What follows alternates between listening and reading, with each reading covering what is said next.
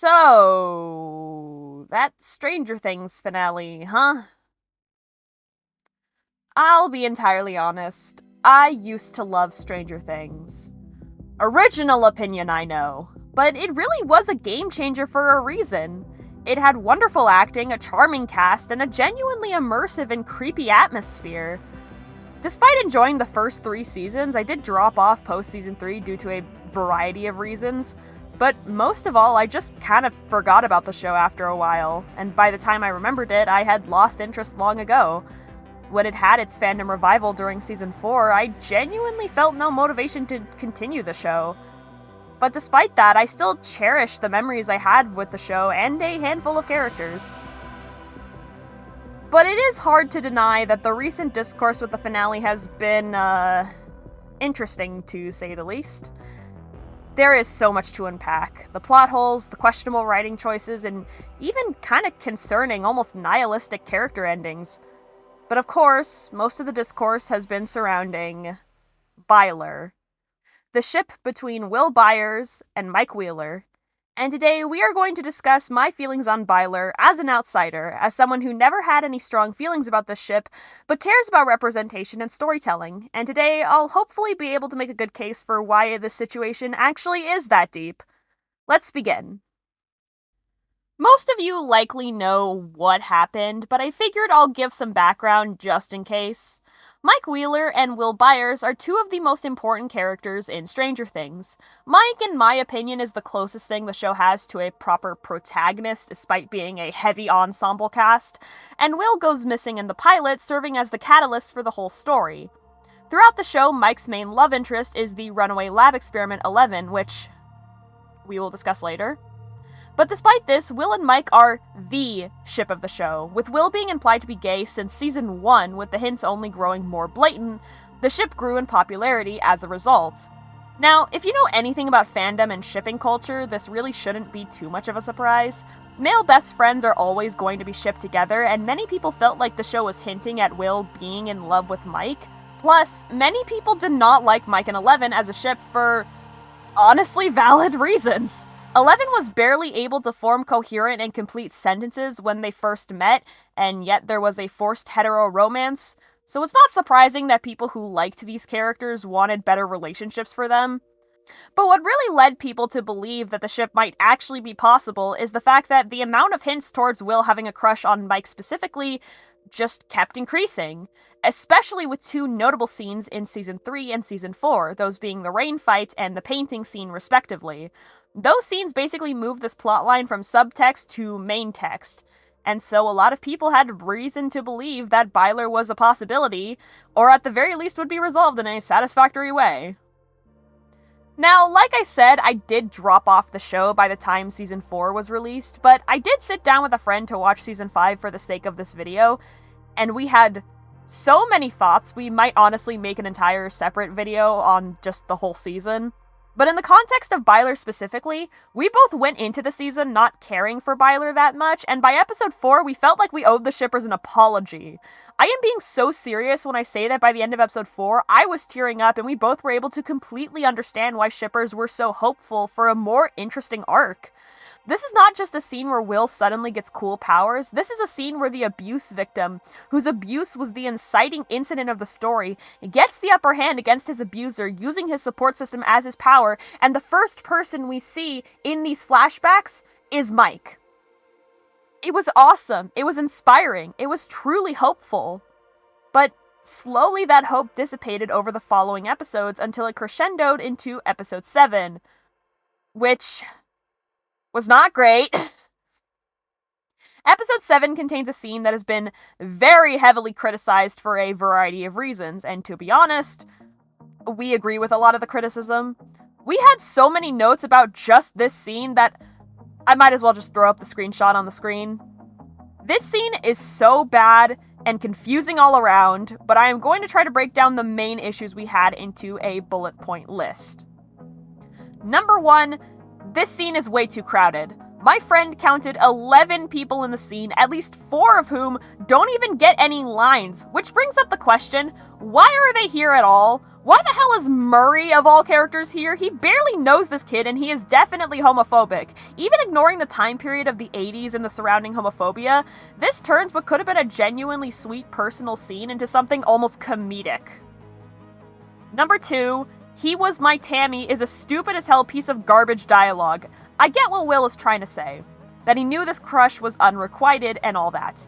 But that is not a good comparison. Tammy was a random high school crush, someone that Robin barely knew. Mike had been Will's best friend since forever. These are not the same. And it downplays Mike and Will's relationship to treat it as such. It also doesn't make sense to a majority of the people in that room, only Robin and Steve know what that means. Number 3, the messages of this scene are confusing and it feels like backtracking. The ending scene of episode 4 was all about Will using the memories of the most important people in his life, namely Joyce, Jonathan, and Mike, to inspire him to fight back. This allows him to channel Vecna's powers and use them against him. This is a wonderful scene, and my friend and I both felt genuinely hyped watching it. But then the later episodes happened, and it felt like everything empowering about this scene was stripped away. Vecna just manages to capture Will again and scare him with visions that the audience doesn't see, by the way, and he feels forced to come out. And he claims that what he needed was self-acceptance, but that scene did not really convey to us that Will was actually, accepting himself, because he was forced to come out, because of visions Vecna showed him of him coming out? How does this send a message about self-acceptance? I just don't understand the point of this. Number 4, the message of a queer kid needing to accept himself written by cishet men is not revolutionary. This is the biggest issue with the scene in my opinion. The message of the whole scene is that sometimes when searching for love from other people, you actually just need to love yourself, which is fine on the surface, I guess, but it is not anything special for queer people. Answer me this. Why do Lucas and Max, a straight couple, get to have a love so powerful it defies established lore? Why does Lucas's love for Max have the power to help her escape Vecna's prison to the point where Max directly says that she doesn't need the music, she just needed Lucas? Why do straight romances get to defy reality with the power of love, but suddenly the queer romances have to be completely realistic? It feels a little condescending, if I may be honest. And sure, romance is too often seen as a default in media, I agree with that, but it kinda sucks that it's only queer characters who need to learn a lesson about being okay with unrequited crushes. A lot of queer audiences have already pointed out that this isn't exactly a groundbreaking story for them, because most queer people have lived it. This is not revolutionary. Number 5, the scene is set directly right before the final battle, and I just think that's really dumb. Like, they literally say they're leaving in 5, and they have this whole, scene right before. That's just so dumb. Why did they set these scenes, right before the final battle? A lot of people hated this scene, feeling betrayed and outraged. People felt that this coming out scene was stupid at best and offensive at worst. People also started to spread a conspiracy that massive edits had been made to the episode last minute, dubbed Cutgate and I guess now Conformitygate. This whole thing definitely felt very reminiscent of Destiel and John Locke. And when all this happened, we still had one more episode to go, and the finale only made things worse. One scene in particular between Will and Mike, a scene that apparently was not originally in the script and had to be asked for by Will's actor, made a lot of people angry. Friends, no thanks. Pause. Best friends is genuinely foul. When I first saw the clip, I thought it sounded like Mike was rejecting Will as a friend, but many people believed it was Mike requiting Will's feelings. Either way, the pause was quite cruel for both options. On top of the finale being generally disliked, this scene only worsened the growing accusations of queerbait. Now, I feel like queerbait is one of those terms that has been so overused online that no one really knows what it means anymore. But to be 100% clear, it is explicitly a marketing thing. It's not a gotcha to say Byler isn't queerbait because it was never going to happen. That's the point. What matters is the way social media accounts and actors kept referencing it in their material, giving room to speculation, like this post. Or this one. Or this one. Or this one. A side note, this post calls the Lucas and Max ship Mucus, which is just fucking awful. The name is Lumax, get it right. Who the fuck calls it Mucus? Funny enough, there are several other examples of Netflix doing similar marketing, leaning into popular fandom ships for shows like Wednesday and Squid Game as well. They have been doing this since Voltron. Of course, this doesn't mean that Wednesday or Squid Game queerbaited by association, I don't think they did, but the fact that Netflix has used this specific type of marketing for multiple shows is something that I think needs to be acknowledged. Now, I don't showrun one of the most beloved television shows of the streaming era, but I do write original stories, and if I had a show, I probably wouldn't repeatedly mention a ship I don't plan to make canon. There's no benefit in doing so. From a marketing perspective, the only justification in doing so is to make people think about Byler as a possible ship. Now, does this therefore mean Byler was queerbait? I don't know if I can definitively say. There isn't exactly an official metric of queerbait, but would I blame people for believing it was? Honestly, no. I understand why people are upset, because the situation is completely different from something like the rise of Steve and Eddie as a ship. No one argued that was queerbait, because it's not like it was included in marketing as a possibility or teased by the actors. But that was the case with Byler. I have not been in the Stranger Things fandom in years. I was never a Byler shipper. But this is clearly a pattern for Netflix, and I think it's very unfair. I should also mention the relentless amount of mockery and, honestly, dare I say it, homophobia coming from straight audiences. I have seen too many TikToks of people laughing at shippers and even comparing their interest in the ship to psychosis. I sure do love casual ableism.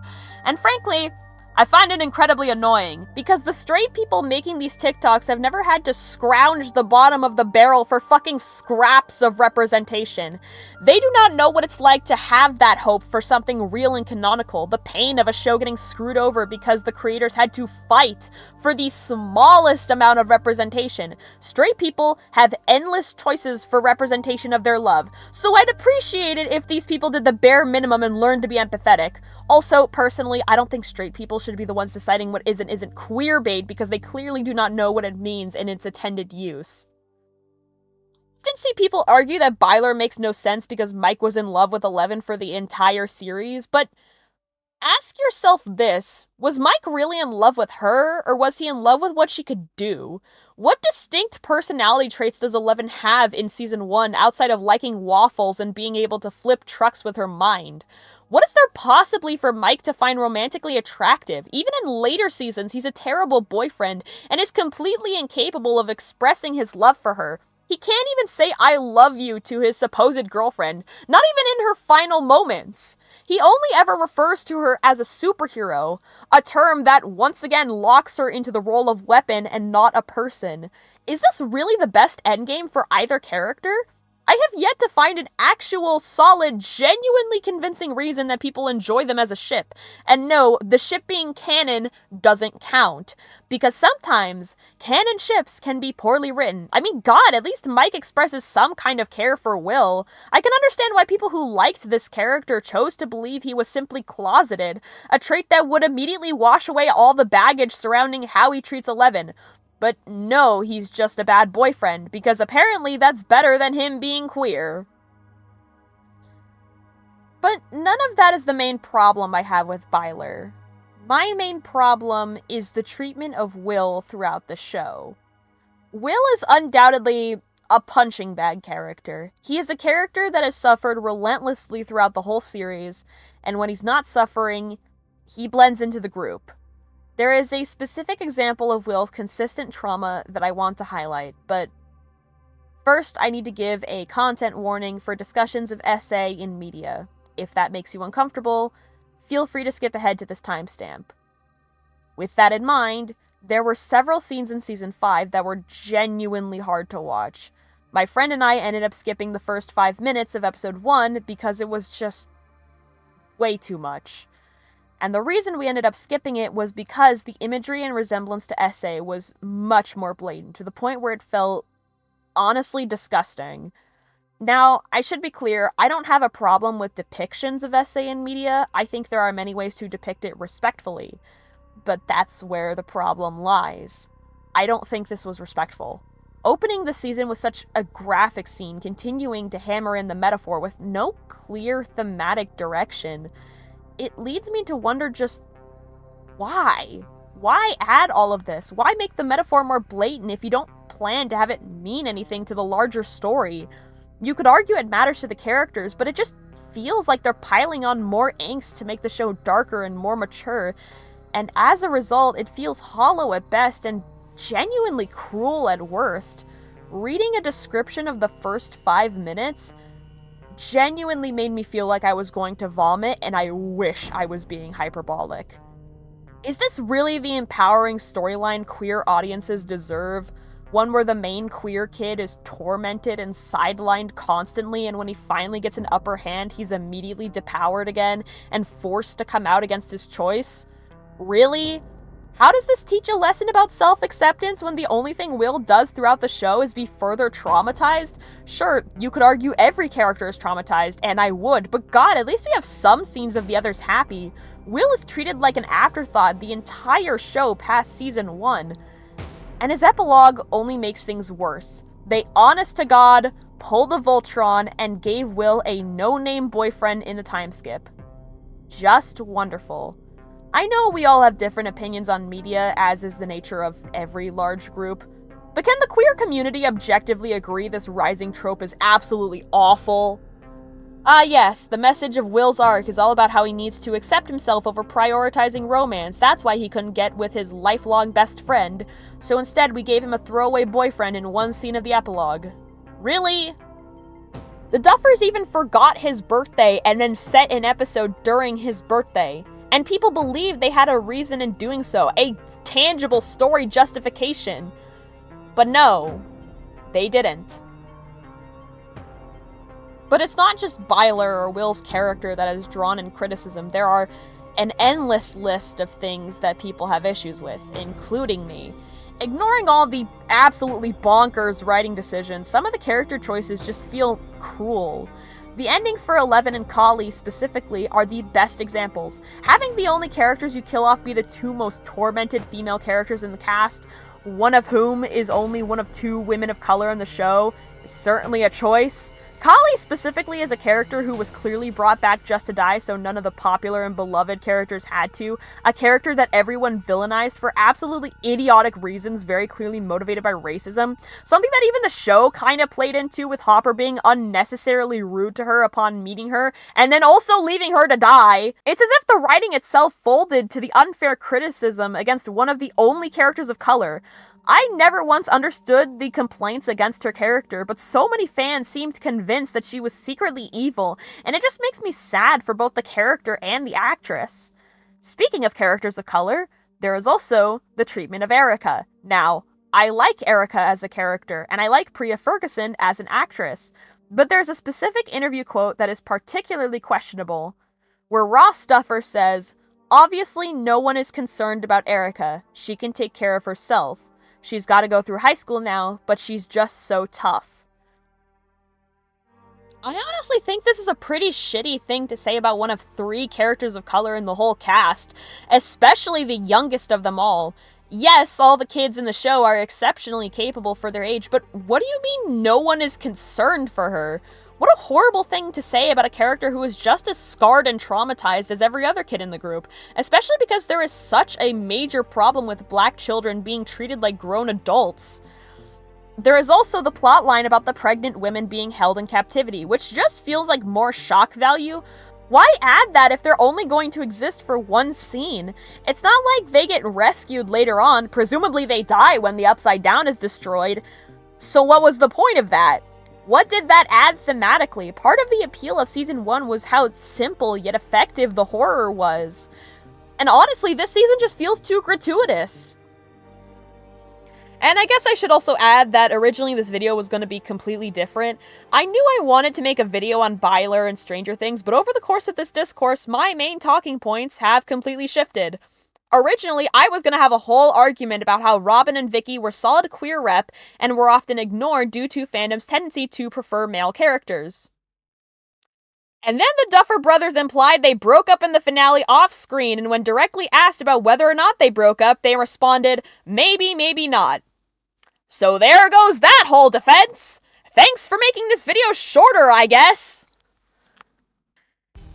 And after all of this, I just have to ask, what was the point of any of this? Nearly 10 years of a show that was supposed to be for the outcast and the weirdos, metamorphosized into generic Netflix slop to the point where it's barely recognizable, actors who are clearly trudging along to the finish line, plot lines that make no sense, endings that are predictable at best, horribly unsatisfying at worst, horrendous, absolutely horrendous pacing, scenes that feel like an endless repeat of the same formula, with most of the season being a meandering waste of time.